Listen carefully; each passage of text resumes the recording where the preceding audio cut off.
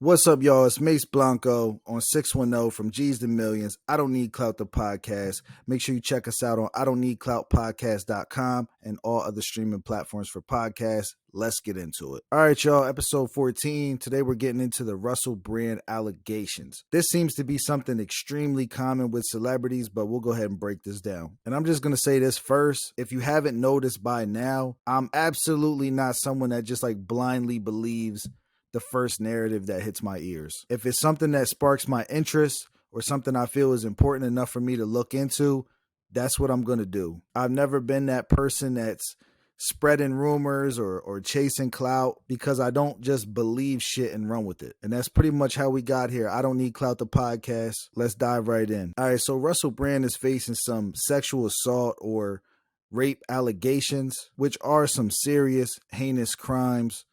So we got to put some thought into this. Let's analyze the situation. And unfortunately, 2023, my first thought when I hear anything like this, because it's so common, is this a money grab? And I would assume my listeners know what a money grab is, but just in case you don't, the Webster's definition is unprincipled acquisition of a large sum of money with little effort. So the real world translation of that is somebody's trying to get a bag. That's their main intention. Someone is trying to get money out of a situation with as little effort as possible. And unfortunately, we call it a money grab because people really want money, but people are chasing clout too. People are clout chasers. But an example of someone that's out to get the money is a slip and fall person at your local Walmart, at McDonald's. They see the floor is a little bit wet. Maybe it was raining or something. Maybe somebody mopped and didn't put a sign out. Boom, money grab, slip and fall case. And they do it on purpose at these places because they know they're going to get paid. It's almost a guarantee. And so the equivalent of a slip and fall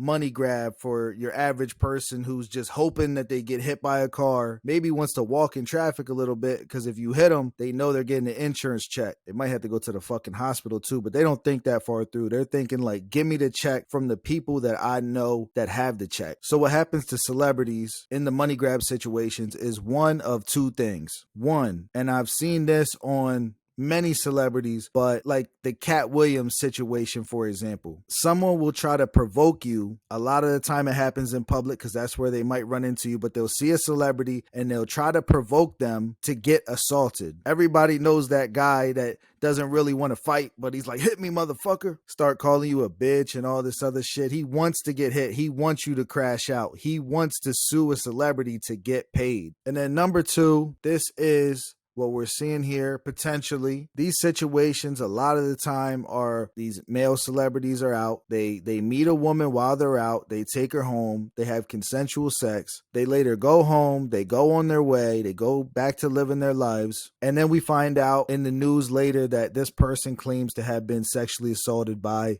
said celebrity. We see it all the time. All right, so the next question that I ask myself after the money grab scenario, after I try to rule out if this is just an opportunist trying to make the easiest bag possible, the next thing I would ask myself would be, is this some kind of mainstream media attack? Has this been coordinated and orchestrated by media or people working together? How many powerful enemies does this guy have? Because we know if you're saying the things that go along with the agenda of the news, they leave you alone. You won't have problems. But you might have your life on track. You might be a good person. You might have good character. You might have morals. You might be saying conservative things. You might be saying things that is waking people up, getting them out of that slave mindset to where they're just constantly believing the first narrative that they're told. Are you making them think? Are you encouraging people to have independent thought, true independent thought? Because it seems like, at least in entertainment, when you make the wrong enemies,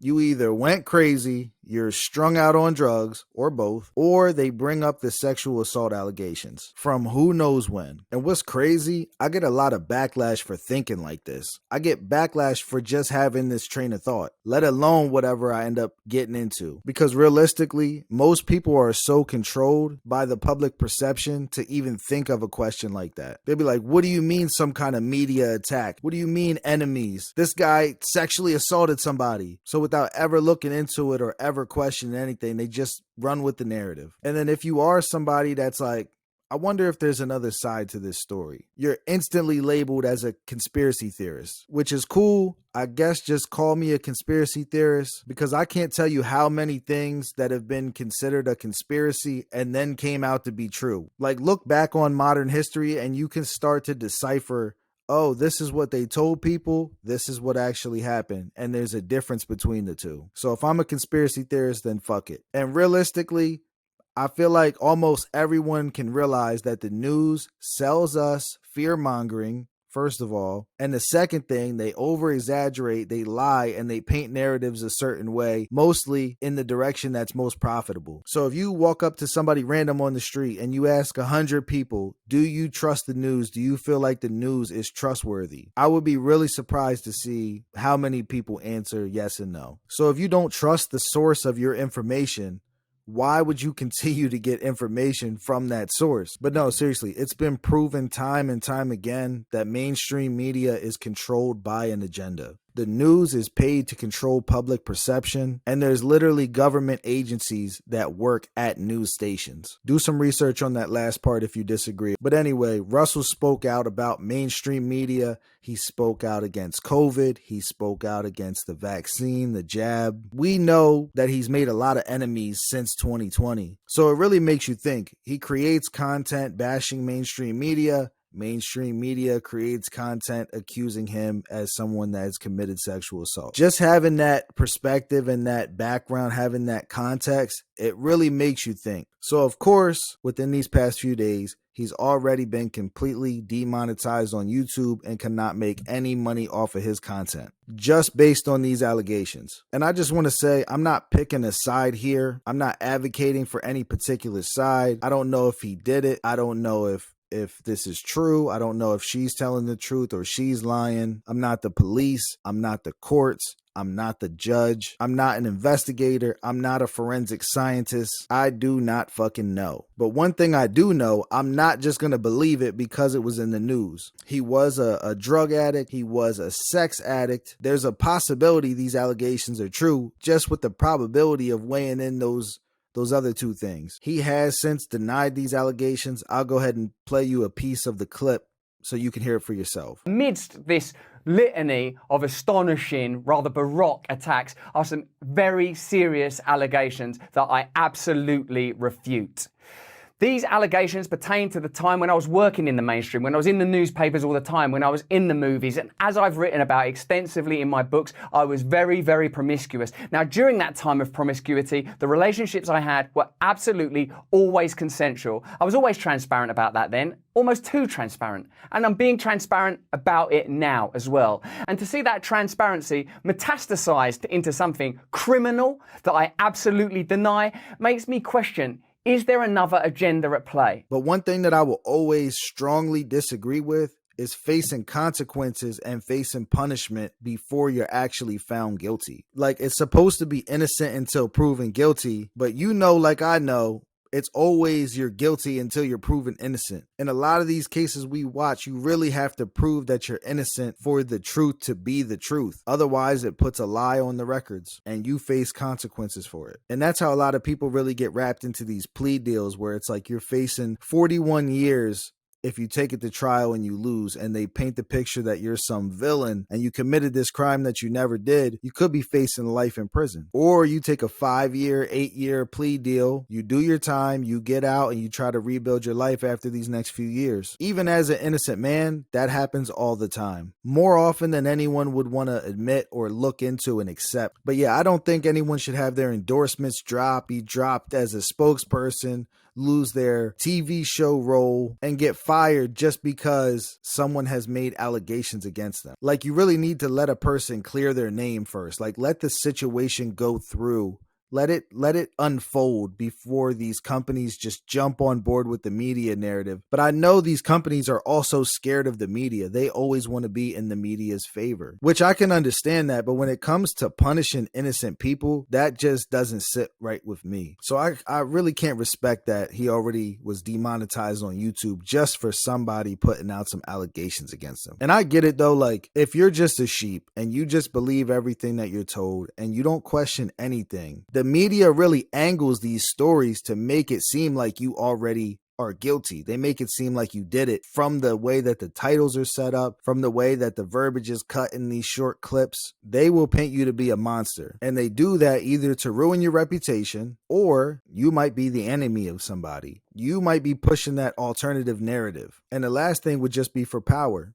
And we have the First Amendment right of freedom of press, which means anyone can be the news. You can publish professional articles like you are the press. You have that right. And nowadays, social media dominates the advertising space. As a podcaster, as a content creator, as an athlete, you don't need the news as much as you used to. You can talk directly to the public. And I know that's threatening to these news companies when somebody builds up a high level of influence for themselves, especially when they have that influence and then they're bashing mainstream media. That completely goes against their business plan and their need for the public trust. And here's a famous quote that I think sums this up perfectly. And that quote is, "To learn who rules over you, simply find out who you're not allowed to criticize." This happened to Andrew Tate and Tristan Tate. They faced consequences before they were found guilty. They haven't actually been found guilty yet. All right. And someone that was found guilty, that was punished before they went to trial, before the facts came out. If we want to say that they all came out, I think we can agree not all the facts came out, but Tory Lanez. Tory Lanez had public scrutiny from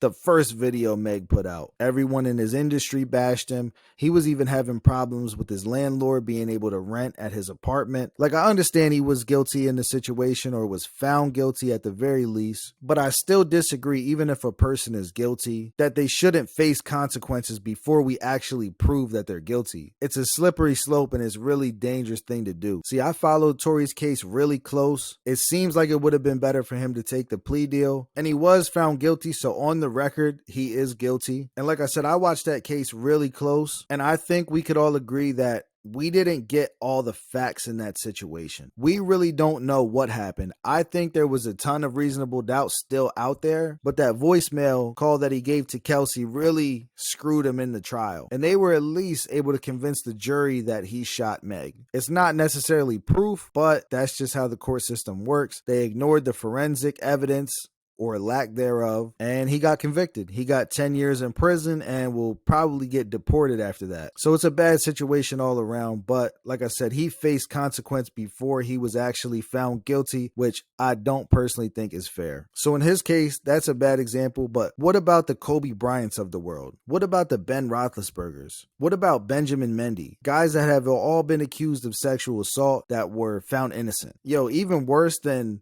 going through that situation, even worse than like going through these situations and being found innocent and needing to try to redeem yourself and build your reputation back up and correct people's mind frame when they already view you as some kind of monster. I saw this video. It was an older white woman. I mean, these people are old now, but they went to court because way back in the day, 44 years ago, she accused someone of sexual assault, of rape. Now, today's technology and forensic evidence, they were just able to exonerate him after 44 years in prison. He did 44 years, and he was an innocent man. 44 years. And the woman was in court the day he got exonerated, and she was not remorseful at all. Like, it's on the court record that you're lying after all these years. And you know what she said?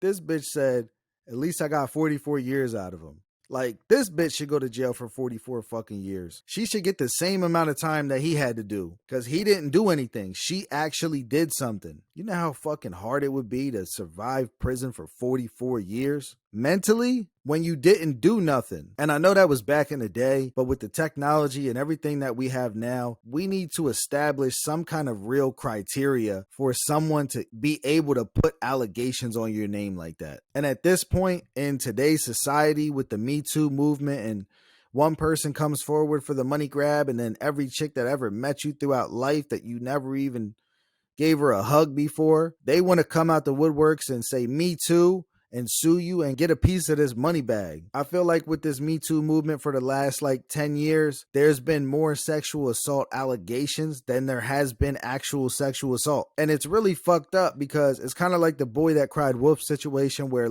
we hear it so much that when we hear a situation like this, it's mostly not true. It's mostly false. So our minds automatically go, this bitch lying. The thing for me is if this person has such status and they're in great shape. They take care of themselves. They have money. They have everything you want. They can give a woman the lifestyle that she wants. She wants to have babies by him. Women are like fighting each other to get in front of the next woman so that she can be seen by this person. And I've seen that up close and personal at a Moneybagg Yo concert. These bitches got into a fight, fist fight, trying to be up first person at the stage, and he left the concert. So even him, for example, dealing with women like that on a regular daily basis, at least every night that he has a show, you think he's someone of that status is gonna sexually assault somebody? When he got 2,000 women lined up for him, you gonna tell me he sexually assaulted this ugly bitch? I feel like you would have to answer a certain amount of questions or a certain level of questioning that gives some context to the situation, proving that something happened that was not consensual. And I don't feel like that's too much to ask. You should have to be able to prove a crime just like you would prove any other crime. So if you want to put allegations on someone, you need to be able to make sure that there's some truth to these allegations. We have to question you to some capacity, because I'm not going to lie, majority of these cases, at least all the cases we see in the news, they end up to not work out for the courts or for the women. The story comes out that they're just accusing them for money, or they're accusing them for payback or blackmail or whatever the case is. Maybe they know it'll make them famous and they'll get some status. They'll be able to get money off of it in other ways. They'll be able to write a book or something, whatever it is. But they pick the most powerful men in society to say this person sexually assaulted me. And I get the chances of coming out with more money work out better than accusing Tom from Walgreens of sexual assault. But it just doesn't make sense. But anyway, we'll see how the Russell Brand thing plays out. Like I said, he was a drug addict. He was a sex addict at one point in time. These allegations are from back in the day. There is a possibility, just considering those things, that he did it. So we'll wait to see how the truth comes out, and we'll take it from there. But I will say, not for this case, but in a general sense, women that come out with these false claims need to be held accountable and need to be charged with criminal cases. You shouldn't be able to just say something about a man with no proof and no evidence whatsoever and ruin his entire life, or at least change the trajectory of his entire life because of your allegations, because you were mad, because you were jealous. I even saw a woman that said when she broke up with her ex, she called child services on him. Like, if child service resources need to be used, it shouldn't be used for some kind of get back or some kind of revenge or because you're mad or jealous. And if there was some reason for them to be called, in this case it wasn't, you should call them when they need to be called. It's not that you hold on to this information for your own personal ammo, and then when this person pisses you off or does something that you don't like or you can't control them anymore, then you call to report a legitimate complaint. That's not genuine. That is some clout chasing ass shit. That is some money grab type shit. But yeah, that's my 2 cents on this, man. I'll keep you updated. We'll see how this plays out for Russell Brand. Is he guilty? Is he innocent? Let's wait for the facts to come in before we just jump on the guilty train. This is I Don't Need Clout Podcast, episode 14. Mace Blanco on 610 from G's to Millions. I'll see you next time. I'll see you on the other side.